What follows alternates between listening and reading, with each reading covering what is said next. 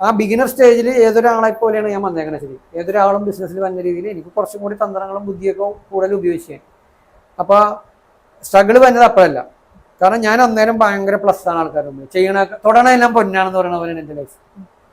എനിക്ക് തോന്നുന്നു മൊബൈൽ ഫോണൊക്കെ എസ്കോട്ടൽ എന്ന് പറഞ്ഞൊരു കമ്പനിയാണ് ആദ്യമായിട്ട് ഇറക്കിയത്. ഇന്നത്തെ ഐഡിയ അന്ന് എസ്കോട്ടല്ല. അത് ഇറങ്ങിയപ്പോൾ തന്നെ ഞാൻ വാങ്ങിയെന്നുള്ള. എന്തിനു വാങ്ങി? എനിക്ക് ഉപയോഗമില്ല, അതുകൊണ്ട് വെറുതെ ഷോ കാണിക്കാൻ. അപ്പം എൻ്റെ ലൈഫ് എന്ന് പറഞ്ഞാൽ ഷോ ഓഫിൻ്റെ കിങ് ആയിരുന്നു അന്ന് ഞാൻ.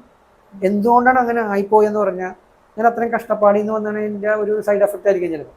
അത്രയും ദാരിദ്ര്യം അതൊക്കെ വന്നുകൊണ്ട് പൈസ വന്നപ്പോൾ എന്നാൽ പൈസനെ എനിക്ക് ഭയങ്കര കോൺഫിഡൻ്റ് ആയിരുന്നു. കാരണം ഞാൻ പോണ ട്രാക്ക് വെച്ച് നോക്കുമ്പോൾ എന്തിനെ വന്നാലും ഞാൻ കോടീശ്വരനാണ്.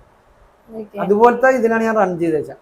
അപ്പോൾ ആ ഒരു മൈൻഡ് വരുമ്പോഴാണ് ഞാൻ ഇപ്പോഴും എൻ്റെ അനുഭവത്തിൽ നിന്ന് ഞാൻ പറയും, നമ്മൾ സക്സസ് ആകുമെന്ന് നമുക്ക് തോന്നുന്ന നിമിഷമാണ് നമ്മളെ ശ്രദ്ധിക്കേണ്ടത്. അപ്പോൾ നമ്മൾ ഡേഞ്ചർ സോണിൽ കയറി. സക്സസ് ആണ്, സക്സസിൽ റണ്ണിങ് ആണ്, സക്സസിലോട്ട് എത്തിയിട്ടില്ല.